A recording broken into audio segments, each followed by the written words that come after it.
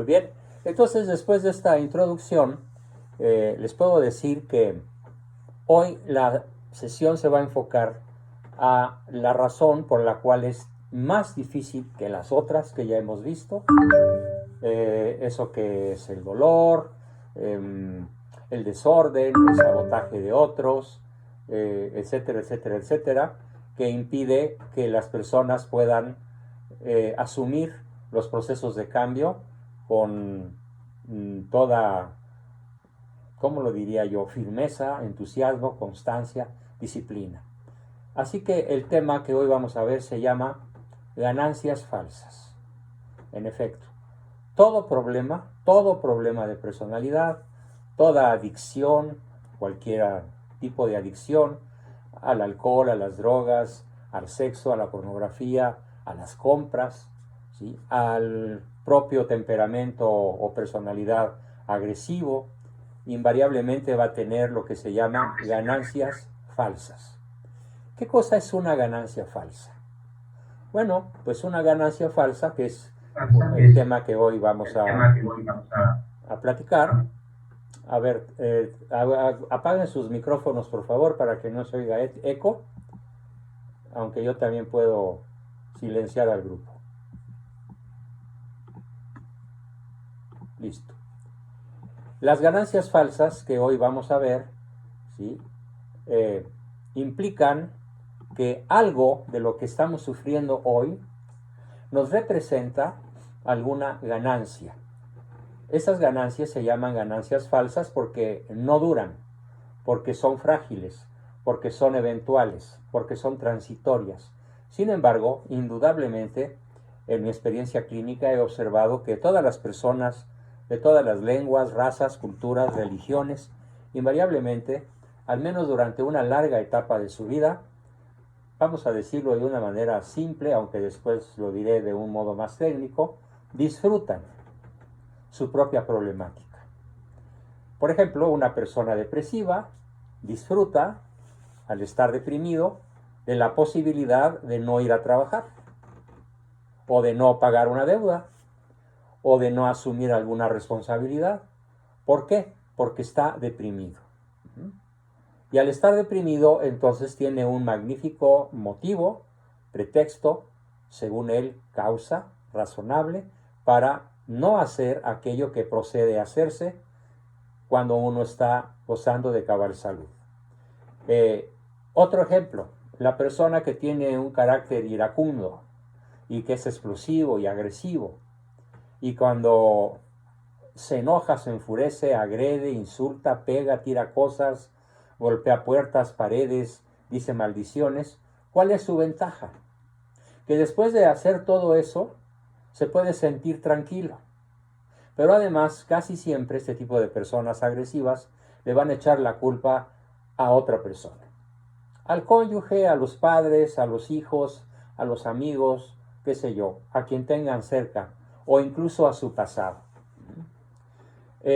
Voy a poner un ejemplo que es muy típico, que la inmensa mayoría de los mexicanos nos estamos percatando hoy en el ámbito de la vida nacional, y es el hecho de que el actual señor que funge como presidente, aun cuando muchos como yo no lo reconozcamos como tal, por su perversidad moral, su ignorancia, su maldad, al hacer intencionalmente tantas obras destructivas, él tiene una ventaja falsa, que consiste en que cualquier problema de la actualidad invariablemente lo señala como causado por los presidentes anteriores.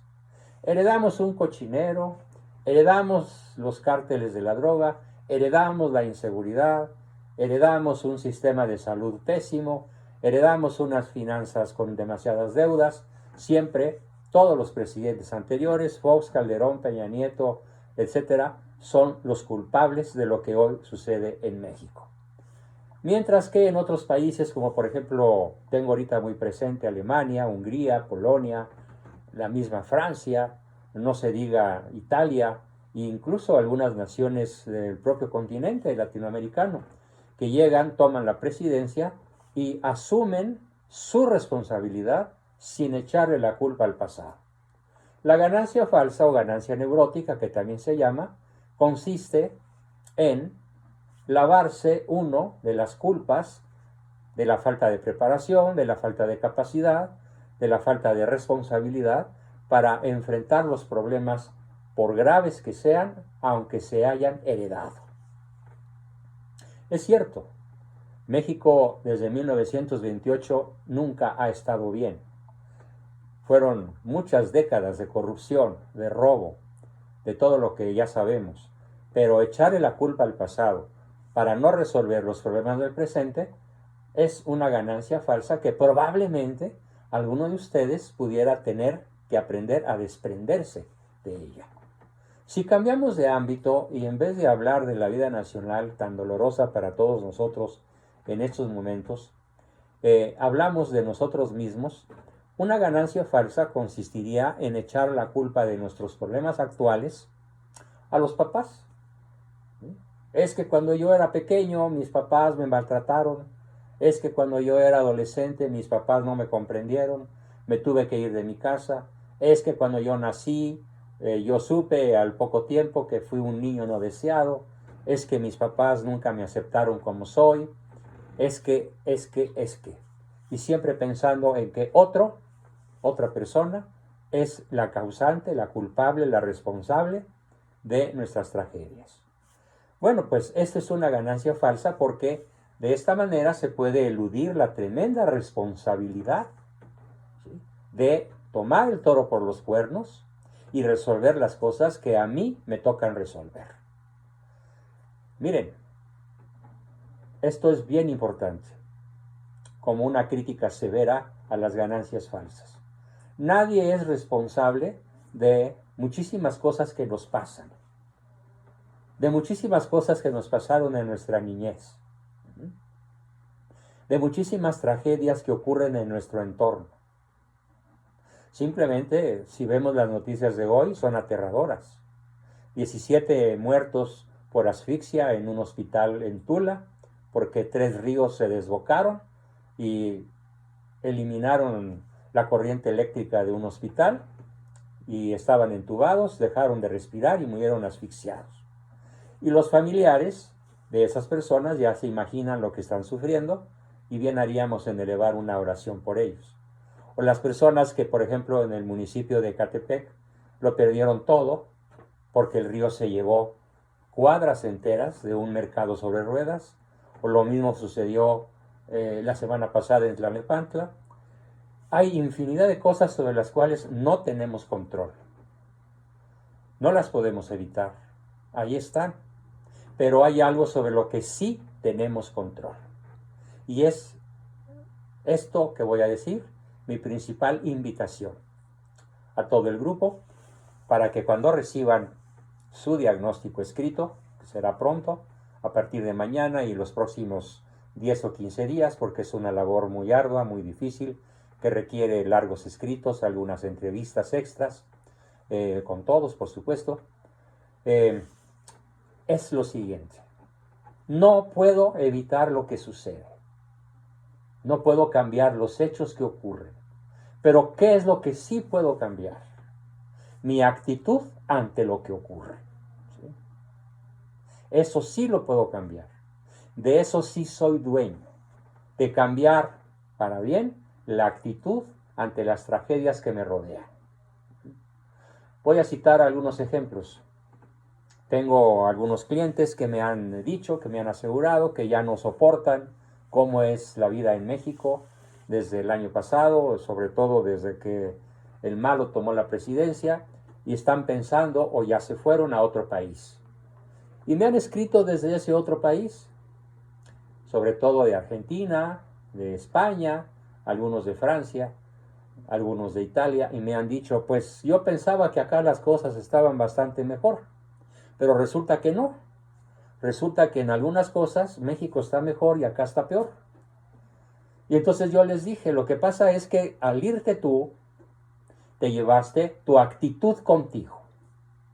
Fíjense, esas personas que se fueron a un país muy seguro, como por ejemplo es Alemania, muy seguro, Es notabilísima la seguridad social, la seguridad policial, la seguridad cotidiana en las calles, etcétera, que hay en ese país, que en efecto esas personas están gozando de una gran seguridad, pero como se llevaron su problema con ellos, su mala actitud con ellos, cualquier movimiento en un vaso de agua le llaman tempestad. En síntesis, no podemos cambiar lo que ocurre, pero sí podemos cambiar la actitud frente a lo que nos ocurre. Es una invitación para todos. El pasado, como dice por ahí un dicho, palo dado ni Dios lo quita. Ya sufrimos carencias, ya sufrimos enfermedades, ya sufrimos tragedias incluso, y eso ya no lo podemos cambiar. Pero ¿qué es lo que sí podemos cambiar? Repito, vale la pena repetir el concepto. Lo que podemos cambiar, no estando descerebrados, locos, fuera de la realidad, con una psicosis grave que nos incapacita para tomar decisiones, vamos a aprender todos a cambiar nuestra actitud. ¿A partir de qué? A partir del reporte psicológico al que todos ustedes tienen derecho por los pagos que hicieron, por los arreglos que hicimos en semanas anteriores, en días anteriores. ¿Cómo vamos a aprender a cambiar de actitud? Bueno, pues hay básicamente los siguientes conceptos, ¿sí? Vamos a hablar de 1, 2, 3, 4 modos de cambiar la actitud, ¿sí? ¿Cuáles son esos 4 modos de cambiar la actitud? El primer modo de cambiar la actitud es algo que técnicamente se llama la ventaja psicológica interna. Así se llama en psicología profunda. Pero voy a explicar su nombre en lenguaje popular. En lenguaje popular, la gente que tiene viviendo la mala actitud, llamada ventaja psicológica interna, es el grupo de personas, y si por aquí anda alguna, le va a tocar la pedrada, le va a venir el saco, y váyase pensando en que no le conviene vivir con esta ventaja falsa. Que en lenguaje popular se dice así: más vale malo conocido que bueno por conocer. O aquí nada tiene que cambiar. ¿Por qué? Porque siempre lo hemos hecho así. Terrible. El que algo se haya hecho siempre así, no quiere decir que así está bien hecho. Así que hay multitud de cosas, tal vez 1 o 2 o 3, pero a veces docenas de cosas, que hemos estado haciendo igual desde hace muchos años. Y no por el hecho de que las hayamos estado haciendo de esa manera, no por ese hecho, están bien hechas. Les voy a contar una historia un poco chusca, pero muy aleccionadora, de lo que es esto de más vale malo conocido que bueno por conocer, y aquí nada tiene que cambiar porque siempre lo hemos hecho así. Esta historia a mí me sucede, yo soy testigo de esta historia, en un pueblito. Antes era un pueblito, ahora ya es tal vez una ciudad, o tal vez un pueblo grande, que se llama Tinguindín, que está en Michoacán, en una zona preciosa cerca del volcán Paricutín, cerca del volcán Patamban, llena de bosques, de riachuelos, de cascadas, como la Zarágua, por ejemplo, cerca de Zamora. Y en ese pueblito yo iba cada año un periodo largo de vacaciones, durante muchos años en mi niñez, mi adolescencia y mi juventud. Y ahí conocí a una familia, que era la familia de mi nana, que tenía la costumbre, así, de cortarle la cabeza y la cola al pescado antes de meterla al sartén para freírlo. Y en una ocasión, una niña pequeña como de 6 años, que estaba por ahí en la cocina con su mamá, le preguntó: oye mami, ¿por qué siempre le cortas al pescado la cabeza y la cola antes de meterla al sartén? Y entonces la mamá le dijo a su hijita: ay, mi hijita, pues mira, así lo hemos aquí hecho siempre. Siempre lo hemos hecho así. Pero si quieres una explicación, ve y pregúntale a tu abuela. O sea, a la mamá de la señora que estaba siendo interrogada por la chiquilla. Y la chamaca fue, yo la seguí con cierta curiosidad, debajo de una higuera muy frondosa, donde estaba la abuelita y le preguntó, oye Abu, ¿por qué mi mamá siempre le corta la cabeza y la cola al pescado antes de ponerla a freír? Y la abuelita le dijo a la niña, pues mira, mijita, en realidad no lo sé, siempre lo hemos hecho así. Pero si quieres saber, ve y pregúntale a tu bisabuela. La bisabuela de 90 años, todavía muy lúcida, fue la niña con la bisabuela y le preguntó lo mismo. Y la bisabuelita le dijo, ay, mijita, ¿por qué será? Porque si no le cortamos la cabeza y la cola al pescado, no caben en la sartén. Y la niña chiquita de 5 años le dijo, Abu, Abu, pero lo que pasa es que sí cabe. Y la abuelita, la bisabuelita, la mamá y toda la ascendencia de la niña se quedó asombrada de que una niña de 5 años hubiera dicho, mamá, pero es que sí cabe. En la cacerola que ahora tienes, mucho mejor que la que tuvo mi bisabuela, más grande y además de aluminio y con teflón y con todas las ventajas tecnológicas de la época actual, de aquella época ya había esto, pues la cabeza y la cola no se tienen que cortar. ¿Por qué? Porque el pescado cabe entero. ¿Sí? Y le dijeron, tú estás loca, tú no entiendes de cocina, tú no sabes nada y como siempre aquí hemos hecho las cosas así, las vamos a seguir haciendo así. Claro, se trata de algo intrascendente. No cortarle, o sí cortarle, la cabeza y la cola a un pescado antes de freírlo, pues resulta un hecho irrelevante.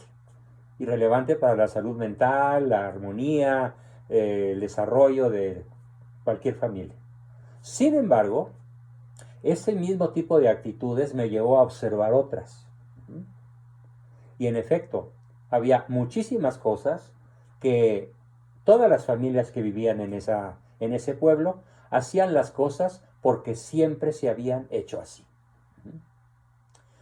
Entonces, esto producía severas neurosis, severos choques de personalidad, porque había muchos chamacos del pueblo que se habían ido a estudiar a México, algunos se habían ido a Estados Unidos y regresaban con dólares, con un auto nuevo, con buenos trabajos, viajando en avión, qué sé yo, y con otro enfoque por haber conocido otra cultura, y entonces criticaban a sus propias familias porque seguían haciendo las cosas como 400 o 300 años antes.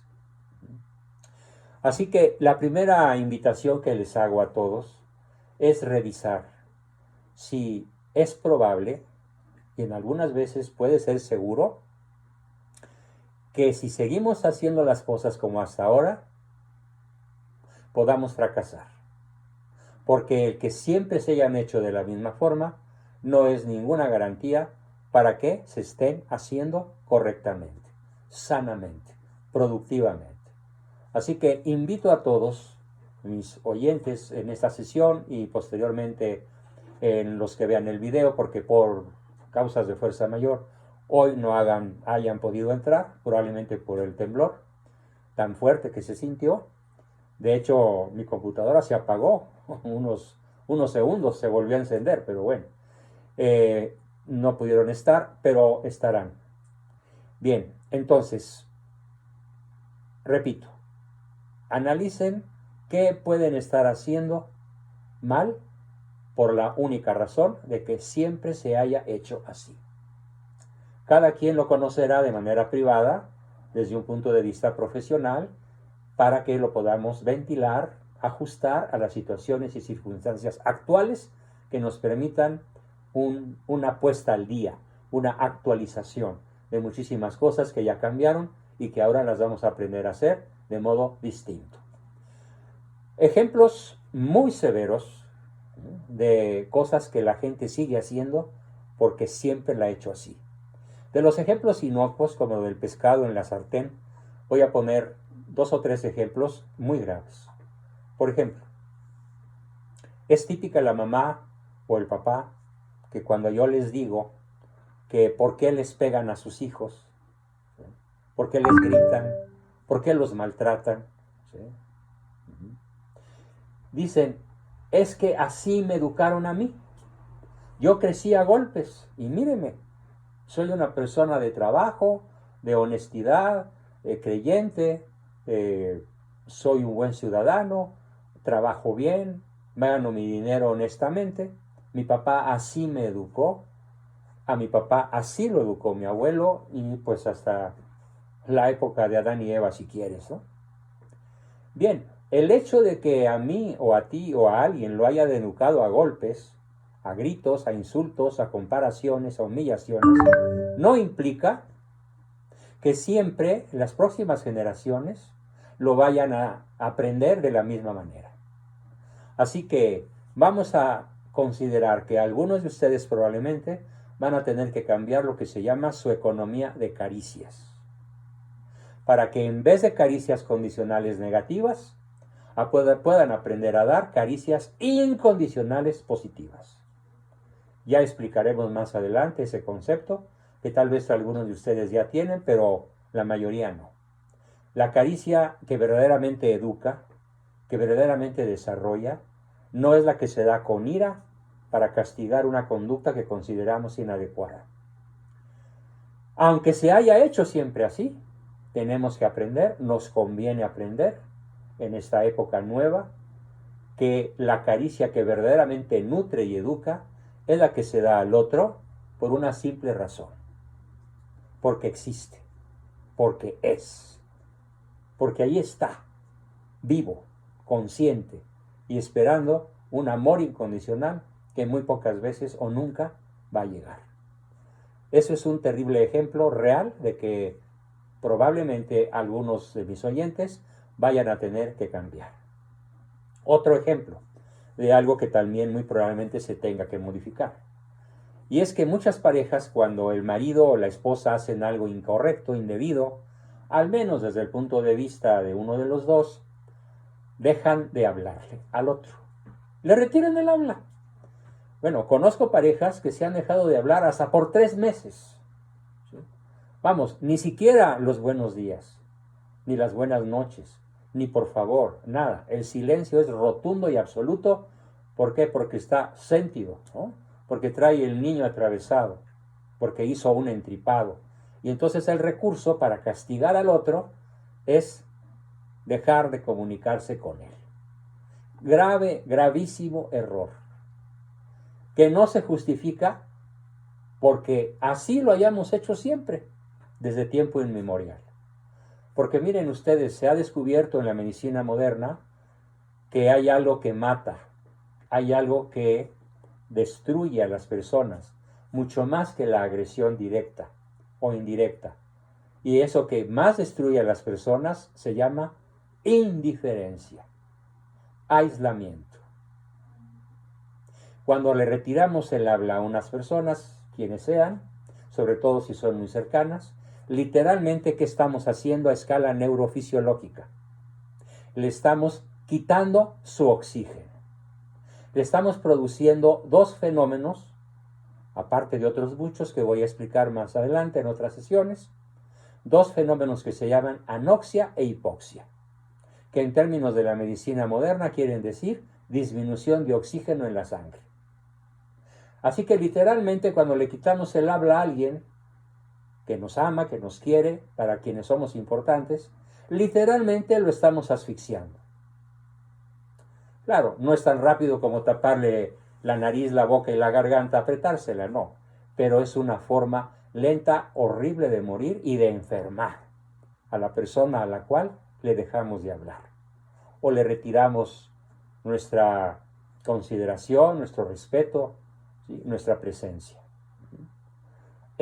Son dos ejemplos de dos cosas que se han hecho muchísimo desde hace siglos en ese país y en otros muchos, pero yo hablo por México, que vamos a tener que aprender a cambiar, a pesar de que se esté viviendo la ventaja psicológica interna, que consiste, pues, lo repito, en hacer las cosas como hoy se hacen, porque siempre se hicieron así. Esa es la primera ventaja psicológica interna, ventaja falsa, que nos conviene aprender a abandonar con una sola decisión, nunca más. Claro, va a ser difícil que de un instante a otro alguien abandone esta ventaja falsa.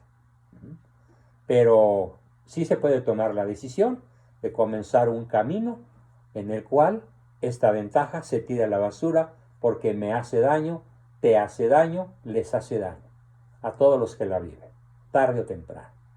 Esa fue pues la primera ventaja falsa a la cual estoy invitando, de la cual estoy invitando a desprenderse de ella. Tenemos la segunda ventaja, que se llama la ventaja psicológica externa. Ya no es interna, ya no es acá de mi interior, ya es en mis relaciones exteriores, las que se ven, las que se escuchan, las que se sienten, las que se hablan, las que se predican, las que se discuten. La ventaja psicológica externa consiste en buscar mantener un equilibrio precario. Algo así como malo, malo Miguel, pero peor, peor sin él. Y entonces me acomodo a una vida de maltratos, a una vida de descalificaciones, a una vida de ingratitudes. ¿Por qué? Porque prefiero conservar este equilibrio con mis relaciones hacia otros o con otros que irme, que dar marcha atrás, que separarme o que, sobre todo, yo no soy partidario del divorcio, desde luego, que poner un límite a esa persona. Entonces, ¿cuál es el principal ejemplo en el cual nos conviene cambiar de actitud? En vez de culpar a otros de lo mal que me tratan, de lo ingratos que son, de cómo no me dan lo que necesito, etc., vamos a aprender a abandonar esta ventaja psicológica externa de mantener un equilibrio precario. Precario quiere decir, aprovecho el temblor para explicar la palabra precario. Imagínense una casa construida precariamente. ¿Qué le pasa en un temblor? Se cae, o se fractura, o se cuartean las paredes, o queda inhabitable. ¿Por qué? Porque su construcción no es firme ni sólida. Está en un suelo precario y construida de una manera precaria, incluso hasta provisional, como luego dicen los maestros albañiles, ¿no? Tente mientras cobro. Así que vamos a tener que aprender todos a dejar esta ventaja que consiste en quejarnos de lo mal que nos tratan los demás, pero sin poner límites. ¿Cuál es el cambio de actitud entonces? Que vamos a aprender a poner límites. Claro, hay un chiste por ahí medio grosero, pero que voy a contarles para que les quede muy claro eso de poner límites, aunque no se lo tomen en serio. Es nada más un chistorete para que yo pueda ejemplificar de mejor modo lo que es poner límites. Le dice el señor a la señora: vieja, pues te informo que a partir de hoy lo único que puedes gastar para mantener la casa con comida, agua, teléfono, luz, etcétera, son 20 pesos. ¿Pero cómo? Bueno, pues eso es todo lo que te puedo dar.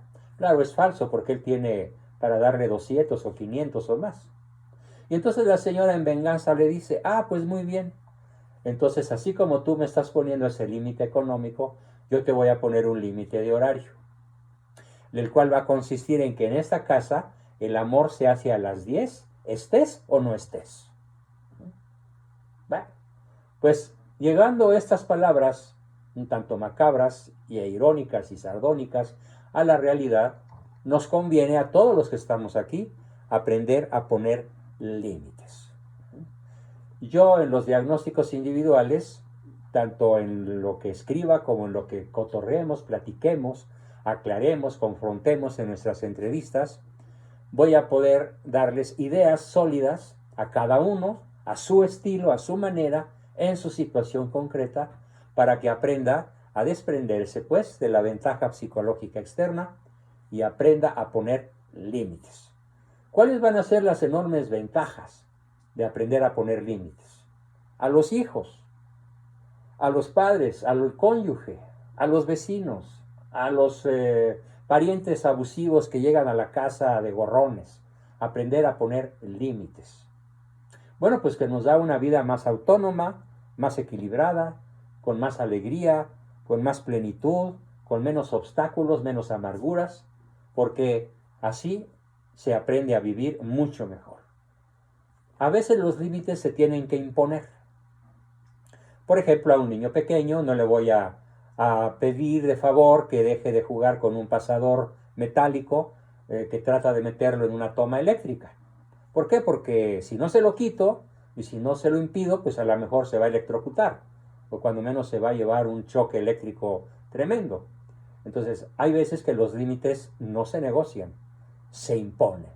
Dependiendo de la edad, el sexo, la experiencia, la situación, el nivel intelectual, el grado de estudios de la persona a la cual le quiero fijar límites para que nuestras relaciones sean muchísimo mejores. Una relación sin límites es la que tiene, por ejemplo, el marido macho con la esposa sumisa y abnegada. El marido o la señora infiel con un hombre mandilón, débil y que no es la cabeza de su hogar. Ahí la que manda es la mujer y además le pone el cuerno impunemente porque él no sabe poner límites. Situación que en este país y en otros muchos cada día es muchísimo más frecuente. Así que esa fue pues la ventaja psicológica externa, que vamos pues a abandonarla. Después viene lo que vamos a llamar en lenguaje técnico la ventaja social. ¿En qué consiste la ventaja social? Con un dicho lo voy a explicar, un dicho muy popular desde que yo era niño: candil de la calle y oscuridad de tu casa. Ejemplos reales: es el marido súper trabajador, súper dedicado, disciplinado, honesto, que brilla en su negocio, brilla en el puesto ya sea de obrero o de director general, o de mando intermedio, o de científico, o de lo que sea. Es brillante, es aplaudido, es reconocido, y eso lo hace sentirse importante, grandioso, en buena forma y reconocido. Pero, ¿cómo es en su casa? Descalifica, ofende, lo evade, no está, se va de madrugada, llega a medianoche, o se va muy temprano, llega muy tarde, y no llega a estar con su familia. Llega a ver tele, a desarrollar sus hobbies o sus pasatiempos, a tal vez navegar en la red y naufragar en ella. Llega a que le sirvan, así como pidió el desayuno súper temprano, pues también pide la cena, aunque la señora ya se haya dormido, ya se haya acostado, porque a él lo que le interesa es ser servido en su hogar. Posiblemente en su negocio, en su trabajo, en su empleo, sea un buen servidor, como lo dije. Pero ¿en qué consiste la ventaja social? Que es una ventaja falsa, una ventaja neurótica. Una ventaja que vamos a tener que reflexionar mucho todos nosotros y todos los que nos alcancen a escuchar en este video y similares, aprender a que el buen juez por su casa empieza. De nada nos sirve ganar un premio Nobel. Voy a poner un ejemplo histórico real, muy dramático. De nada nos sirve ganar premios Nobel y ser un científico famoso y ser considerado el científico más genial de la historia si me hice famoso por mi forma terrible, misógina, de tratar a las mujeres que tuvieron la desdicha de cruzarse por mi camino. Y me refiero a un famoso personaje, no sé si ustedes lo hayan oído mencionar, me refiero al genio, premio Nobel, científico extraordinario, descubridor e inventor de muchísimas cosas que hoy nos facilitan la vida enormemente, Albert Einstein, el máximo genio científico del siglo XX. Bueno, pues las tres mujeres que tuvieron la desdicha de cruzarse en su camino sufrieron de la misoginia de este señor genial, pero malvado, perverso, odioso en su relación con las mujeres que tuvieron la desdicha de ser sus novias, sus amantes, sus esposas o lo que hayan sido. Y estoy hablando de un mínimo de 3, porque son las que se le conocieron. Probablemente hubo por ahí algunas otras que no llegaron a la historia. Así que evitemos pues aprendamos a desprendernos de esta ventaja social, que es una ventaja falsa. De nada te sirve conquistar el mundo si pierdes tu hogar. De nada te sirve ganar el mundo si pierdes tu alma. Y decía la Madre Teresa algo sapientísimo. ¿Quieres cambiar al mundo? Mejora tu hogar. Con eso es suficiente. Tal vez nuestras fuerzas, nuestras capacidades, nuestra experiencia, nuestros conocimientos no nos permitan ser grandes líderes sociales y encabezar un movimiento de resistencia contra el aborto que hoy desgraciadamente se legalizó en todo el país. Aprovecho para decir, es probablemente una de las fechas más trágicas de nuestra historia. Esta serie de salvajadas, de brutalidades, de bestialidades perversas que profirió hoy el ministro Saldívar, el presidente de la Suprema Corte de Justicia. Se las voy a compartir en el chat para que vean hasta qué grado de perversidad pueden llegar los hombres que tienen poder. Así que probablemente no tengamos ninguno de nosotros posibilidad para oponernos de manera eficaz, eficiente a estos monstruos que gobiernan este país y otros. Pero sí podemos salvar nuestro hogar. Cambia tú y cambias al mundo. Ama tú y te vuelves amable para todo el mundo. Arregla tu hogar y arreglas el planeta. Hay un ejemplo, hay una historia que manejamos mucho los terapeutas acerca de la importancia de cómo cambiar y qué efectos tiene el cambio cuando realmente lo logramos, abandonando la ventaja social externa de andar de candil de la calle y oscuridad de la casa. Es la historia de un papá que tenía un hijo de 8 años. Y este niño de 8 años, cuando había tenido 5, le pidió a su papá que jugara con él. Y el papá le dijo, no, mijito, porque tengo mucho trabajo. Y tú sabes que el trabajo que yo tengo es muy sacrificado y dale gracias a Dios que tenemos para pagar tus colegiaturas, tus juguetes, tu ropa, tus paseos, tus diversiones. Y cuando cumplió 6 años, el niño le volvió a decir, papi, juega conmigo, por favor. Te necesito mucho, papá. Y el papá le volvió a decir exactamente lo mismo que un año antes. Y después, a los 7 años y a los 8 años, le volvió a decir lo mismo el niño al papá y el papá al niño. Y entonces, cuando cumplió 9, el papá, muy enojado con la petición del niño, le dijo, ay, mijito, pues mira, no tengo tiempo para jugar contigo, pero juega tú. Mira, ármame este rompecabezas. Y el papá rompió una cartulina, ¿sí? Un periódico, rompió un periódico en muchos pedacitos, la página principal, ¿sí? Bueno, no pedazos tan pequeños, pero sí pedazos que pudieran ser rearmados. Si tú, le dice el papá al niño, me armas este rompecabezas de 30 piezas, te prometo que juego contigo. Bueno, entonces el niño se fue con los pedacitos del periódico o de la cartulina a su recámara.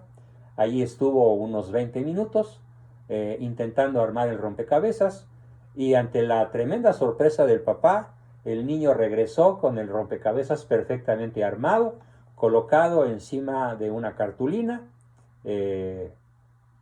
y no faltaba ni sobraba ninguna pieza. Y el papá muy asombrado le dijo, ¿y cómo le hiciste, muchacho tan listo, tan inteligente? Claro, eres mi hijo, ¿no? ¿Y qué creen que le contestó el niño? Y aquí viene la lección que ahorita quiero que todos capten para entender esta tremenda realidad de cómo podemos cambiar el mundo. El niño le dijo, muy fácil, papá. Fíjate que cuando me puse a observar las piezas del rompecabezas del periódico o cartulina que tú rompiste en muchos pedazos, observé que en la parte de atrás había un planisferio, un mapa de todo el mundo. Y entonces, como yo ya sé algo de geografía por mi escuela, compuse el mundo y armé el rompecabezas. Así de importante es justamente para componer el mundo, ¿sí? ¿Por dónde tenemos que empezar? Por nosotros mismos. Es mi mundo el que yo voy a arreglar.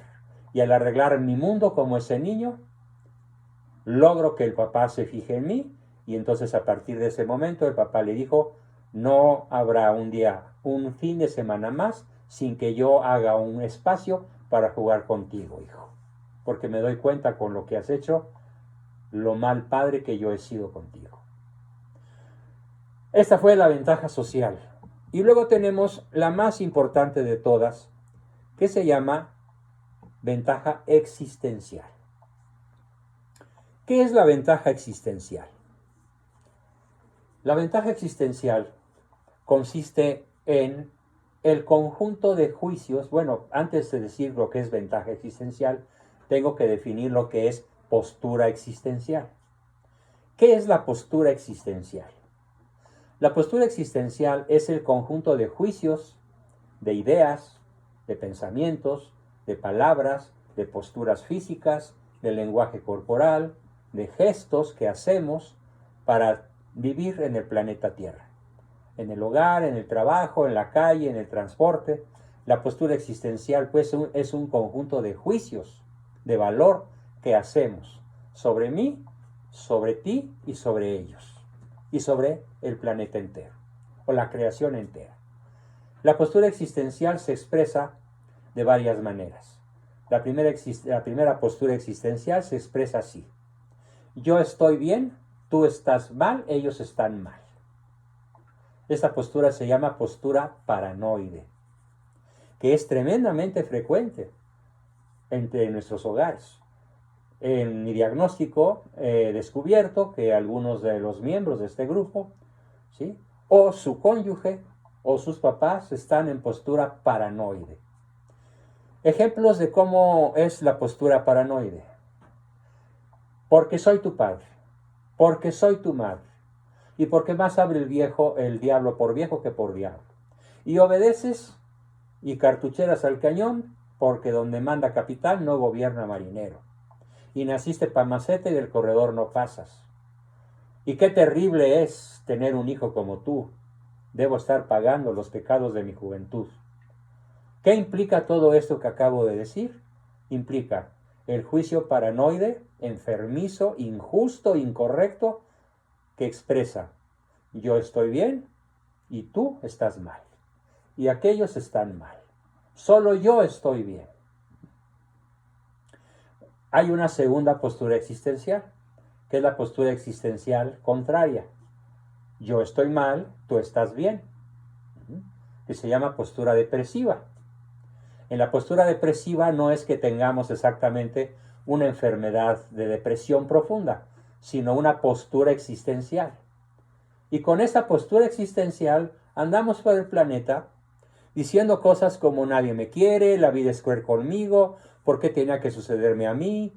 Todas las mujeres son iguales, todos los hombres son iguales, está demostrado que soy un inútil, todos me quieren hacer sentir mal, todos me quieren excluir, me sacaron de la pata izquierda del vientre de mi madre, tengo mala suerte, todo me sale mal. El otro día un adolescente me decía: mire doctor, yo me siento tan mal que le juro que si yo compro un circo, me crecen los enanos. Tremenda posición existencial en la cual desgraciadamente muchos de nosotros nos hemos desarrollado. ¿En qué va a consistir el cambio de postura existencial? Bueno, ahorita lo explico, pero antes habré de referirme a otras posturas existenciales diferentes a las que ya llevamos. La primera fue: yo estoy bien, tú estás mal. Yo estoy mal, la segunda: yo estoy mal, tú estás bien. La tercera es: yo estoy mal y tú también. Y ellos también, y todo está mal. Es lo que hoy sufren millones y millones de jóvenes, para los cuales la vida no vale nada, que se dedican al chupe, al antro, la droga, una mujer, otra, un chavo, otro, y que no tienen valores firmes en la vida, que no conciben la existencia como un don divino, sino como una maldición. Yo estoy mal, tú estás mal. Tiene un nombre muy elegante, lo voy a decir, se llama postura nihilista.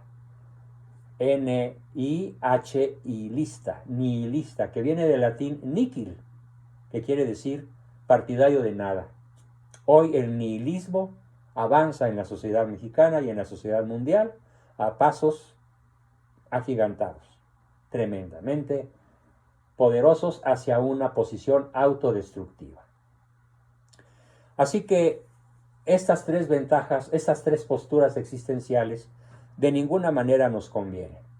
Hay una cuarta, muy chiflada, muy fuera de la realidad, que se dice: yo estoy maravilloso, tú eres maravilloso, todo es maravilloso. Se llama postura maníaca, postura acelerada, que expresan mucho esos jovenazos que dicen: yo solo quiero divertirme, pasármela bien y ser muy feliz. Y recurren a cuanta cosa sensorial tienen a su alcance para buscar en donde no existe una felicidad inalcanzable. Y tenemos la quinta posición, que es la posición realista. ¿En qué consiste la posición realista? Que es a la cual quiero invitarlos a todos a cambiar, abandonando las ventajas de las posturas anteriores. La quinta posición, así se llama posición realista y se expresa de esta forma: yo estoy básicamente bien y tengo mis zonas oscuras y malas que voy a combatir. Tú eres básicamente bueno, estás básicamente bien y tienes tus sombras negativas que yo acepto sin mayor problema porque te amo. Y el mundo es la creación suprema de Dios y tenemos que estar agradecidos porque nos dio el don de la vida. Y nos dio la libertad para hacernos cargo de qué actitud vamos a tomar frente a las tragedias que nos puedan ocurrir. Es la postura realista, a la cual los invito a todos a migrar, a irse a la posición realista. Esto va a reflejarse en una disminución tremenda de las amarguras que nos dan los hogares disfuncionales. Porque un marido paranoide siempre va a estar juzgando a su mujer como inútil, inferior, tonta, fea, gorda, mal hecha, y a los 40 pues va a tratar de cambiarla por 2 de a 20, ¿no? Y todavía va a decir: y tú tienes la culpa. Una mujer depresiva va a aguantar una cantidad de castigo brutal por parte de un marido macho y va a expresar que no se va de ahí porque malo, malo Miguel, pero peor, peor sin él. Y va a tener una vida en la cual muy seguramente por ahí de los 40 o 45 años es candidato seguro, esa mujer, al cáncer.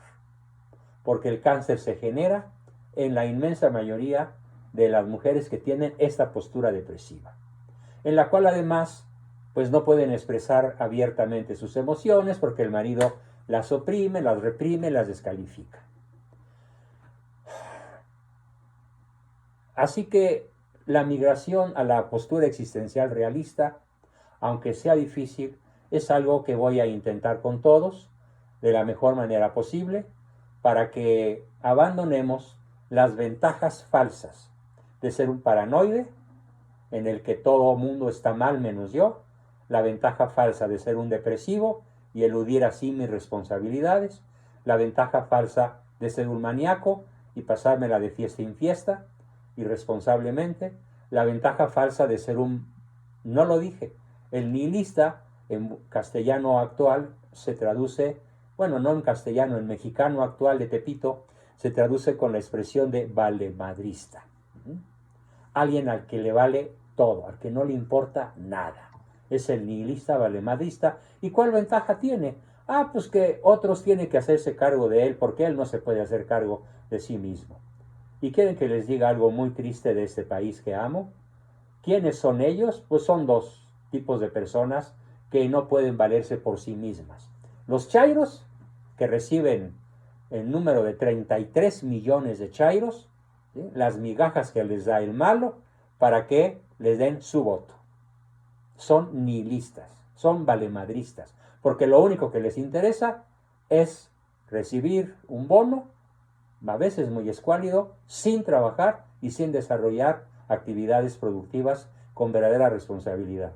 Y hay otro grupo de personas muy numerosas que más o menos los estadistas, las personas especialistas en estadística poblacional, las evalúan como de 10 millones. 10 millones en México, ¿de qué? De ninis. Ni estudian ni trabajan.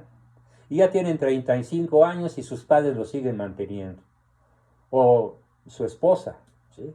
O el abuelo, o la tía que sí trabaja. Los ninis, una verdadera maldición para este país.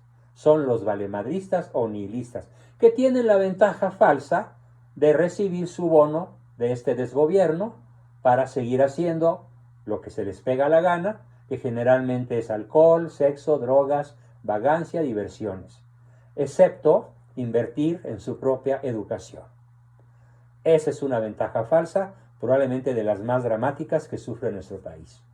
No creo que ninguna de las personas que están en este grupo están en ninguna de estas posiciones de carácter maníaco, de carácter valemadrista o nihilista, pero sí puede haber personas en postura depresiva o personas en postura paranoide, y vamos a hacer el esfuerzo individual, familiar y a veces también grupal, de que todos abandonen la postura existencial incorrecta para asumir la única postura correcta, que se llama postura existencial realista.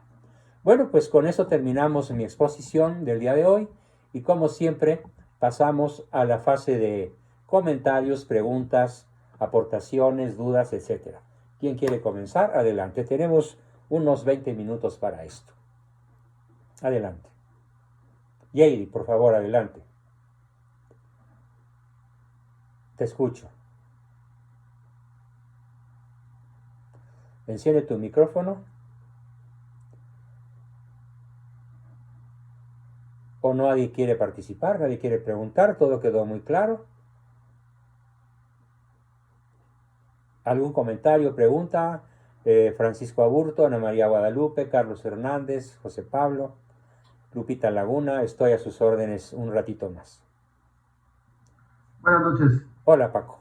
¿Usted nos mandaría un mensaje para ver qué día tendríamos la entrevista? Sí, yo mañana empiezo a dar las citas con un abanico de posibilidades, ¿no? A ver, te mando, por ejemplo, tres fechas y con un horario a que tú escojas. Yo nunca doy una cita de manera impositiva. Me tienes que ver tal día, tal hora. No. Siempre pregunto, ¿qué te parece tal día, tal este otro día? ¿Qué te parece esta hora? Y entonces tú me haces una propuesta y de común acuerdo lo hacemos. ¿Ok? Ok, perfecto. Muy bien. Bien. ¿Alguna otra pregunta, comentario? Estamos en eso.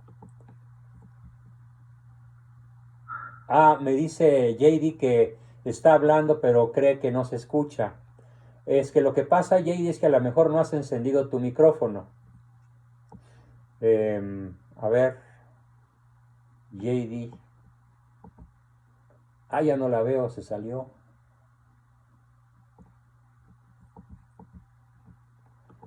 Le voy a escribir a JD que escriba tus preguntas.